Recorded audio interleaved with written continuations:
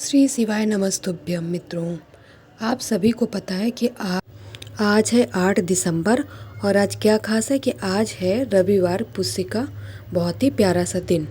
तो मित्रों, आज जो भी उपाय मैं आपको बताऊंगी वह पूज्य आदरणीय गुरु जी प्रदीप मिश्रा जी की कथा से सुन के ही उस उपाय को मैं बताऊंगी। ठीक है मित्रों, तो ध्यान से आप लोग एक एक उपाय को सुनिएगा, हो सके तो नोट कर लीजिएगा।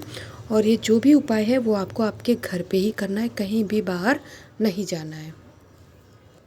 आज आपको जो उपाय करना है वह आटे के एक दिए से करना है। ठीक है मित्रों, और यह जो उपाय है वो रात्रि में ही करना है, और मतलब 6 बजे के बाद आप कभी भी कर सकते हैं, दिन में यह उपाय नहीं करना है। ठीक है, तो इस उपाय के लिए आपको सबसे पहले एक दिया चाहिए, और दिया कौन सा होना चाहिए? आटे का दिया। ठीक है, ये जैसा आपको स्क्रीन पे दिख रहा है सेम ऐसा ही। ऐसा नहीं है कि कोई, अभी आपको मैं आगे दिखाऊंगी कि किसी भी 5 मुख वाला दिया हो, गोल हो कि चौकोर बनाए। ये सब आपके मन में भ्रांतियाँ जरूर आएंगी, इसलिए मैं आपको बता दूं कि दिया कैसा होना चाहिए। तो मित्रों, आपका दिया किस डिज़ाइन का है, किस आकार का, इससे फ़र्क नहीं पड़ता। आपसे जैसा दिया बनता है आप वैसा दिया बना लीजिए। बस आपको इस बात का ध्यान रखना है कि आज रविवार है, अर्थात आपको पुष्य दिया लगाना है। और जो पुष्य दिया लगाया जाता है उसके उसमें चौमुखी बाती लगाई जाती, इस बात का भी आप विशेष ध्यान रखें।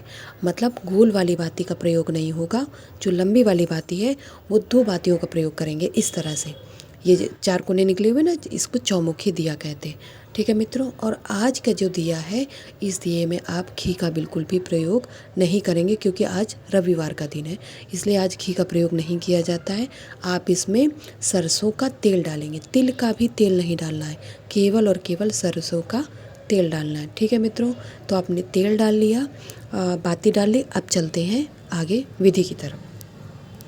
चलिए, तो यह दिया जो आपने बनाया इसे आप अपने साथ लेकर अब आप आ जाएंगे अपने घर के मुख्य दरवाजे पर।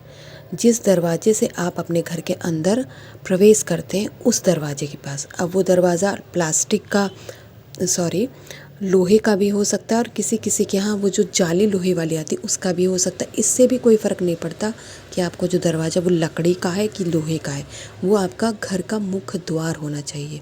और ये जो उपाय है आपको द्वार के बाहर चौखट पे ही करना है। ठीक है, और आज रविवार का दिन है, इसलिए मित्रों आपको इस दिए को ज़मीन में रखने से पहले, अगर आपके आसपास या आपके घर में समी पत्र हो, बहुत से लोगों को समी पत्र नहीं पता होता, तो ये स्क्रीन पे आप देख लीजिए, ये समी पत्र है। तो आपको समी पत्र मिल जाए तो वो समी पत्र आप दिए के नीचे रख दीजिए। अब बहुत से लोगों का के मन में ये प्रश्न उठ रहा होगा कि अरे अब तो रात हो गई, मैंने समी पत्र नहीं तोड़ा, हमें पहले पता नहीं था, तो अब क्या करें? तो उसका भी उपाय है, बताती हूँ। तो मित्रों, आपके घर में कोई ना कोई पेड़ ज़रूर ही होगा घर के आसपास, क्योंकि आजकल लोग गमलों में कुछ ना कुछ लगा ज़रूर लेते हैं।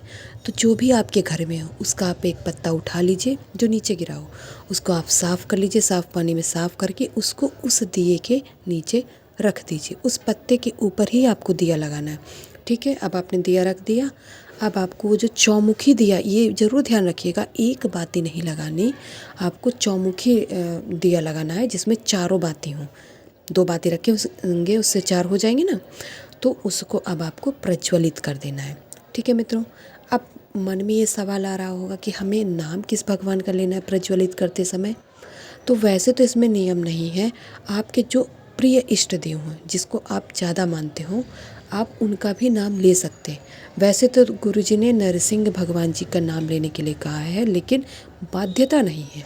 अगर इनके अलावा भोले बाबा, बजरंग बली भगवान जी, विष्णु देवता, कोई भी, सबके अपने अलग अलग होते हैं, तो अगर कोई और भी देवता आपके प्रिय है तो आप उनका भी नाम ले सकते हैं। ठीक है मित्रों, अब दिया जल गया। अब आपको क्या करना है, अपने घर से कोई भी एक अनाज का दाना, वो गेहूँ भी हो सकता है, चावल भी हो सकता है, कुछ अनाज होना चाहिए। आपको अपने घर की सुख शांति को के लिए अपने घर से अनाज से एक दाना उस दिए के अंदर डाल देना जब वो जलने लगे। ठीक है, और जैसे वो जलने लगे इसके बाद आपको अपने मन में अपने परिवार की सुख शांति की कामना करते हुए आपको नरसिंह भगवान का नाम ले लेना है, या अपने इष्ट देव का भी नाम लेना है तो भी चलेगा। ठीक है मित्रों, तो इस दिए को ही पुष्य दीपक बोला जाता है। तो यह आपका पहला उपाय रहा। अब हम लोग चलते हैं दूसरे उपाय की तरफ। इस उपाय के लिए मित्रों आपको चाहिए नीम की पत्ती। जी हाँ, नीम की पत्ती। अब आप सोच रहे होंगे कि भगवान की पूजा में ये नीम की पत्ती का भला क्या काम है। गलत बता रही। ठीक है, बताती हूँ आपको।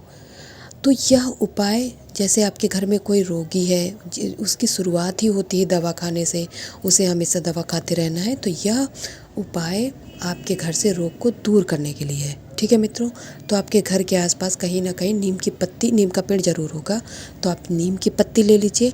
अगर नीम की पत्ती नहीं है तो एक बेलपत्र भी चलेगी। ठीक है, तो उसको आप ले लीजिए। अब जो आपके घर में बीमार हो, आपको उसके कमरे में जाना है, वो कोई भी हो सकता है, और वहाँ पे एक तांबे का लोटा रखना है। जी हाँ, तांबे का लोटा। और जो आपने पत्ता लिया है, चाहे वो नीम का हो, चाहे वह बेल का हो, बेलपत्र हो, जो भी लिया हो, अब उस पत्ते को आपको उस लोटे के ऊपर एक प्लेट रख के उस पर रख देना है, और यह लोटा उस कमरे में रात भर रखा रहेगा। ठीक है मित्रों, कल है सोमवार की अंतिम अष्टमी पड़ रही है ना, उस दिन आपको जाना है और वो जो पत्ता आपने रखा है, बेल जो भी, उसको उस लोटे के अंदर डाल देना है। इसके बाद आपको जो बीमार है उसके ऊपर से 7 बार घुमाना है। ध्यान से सुनिएगा मित्रों, 7 बार आपको उसके ऊपर से घुमाना है। इसके बाद जल को कहाँ चढ़ाना है उसको आप लोग बहुत ध्यान से सुनिएगा, क्योंकि अगर आपने गलती कर दी तो आपको दोष भी लग सकता है। ठीक है मित्रों, अगर आपने नीम की पत्ती डाली है उस लोटे के अंदर, तो आपको ये जल ले जाकर उस नीम के पेड़ की जड़ पे चढ़ा देना, अर्थात उस पेड़ पे तने पे चढ़ा देना है। लेकिन अगर आपने बेलपत्र डाला है तो जो भी आपके घर में भगवान बाबा, भोले बाबा की जो शिवलिंग है, उस पे आपको चढ़ा देना है। ये बिल्कुल नियम से करिएगा। अगर आपने गलती की तो आपको दोष लग सकता है, ये बात का आप लोग ध्यान रखिएगा। ठीक है मित्रों, तो इस उपाय को ध्यान से करिएगा। यह उपाय आप जैसे ही करेंगे, आपके घर में जो बीमार है, जिसके ऊपर आपने यह किया है, उसे ज़रूर आराम मिलेगा।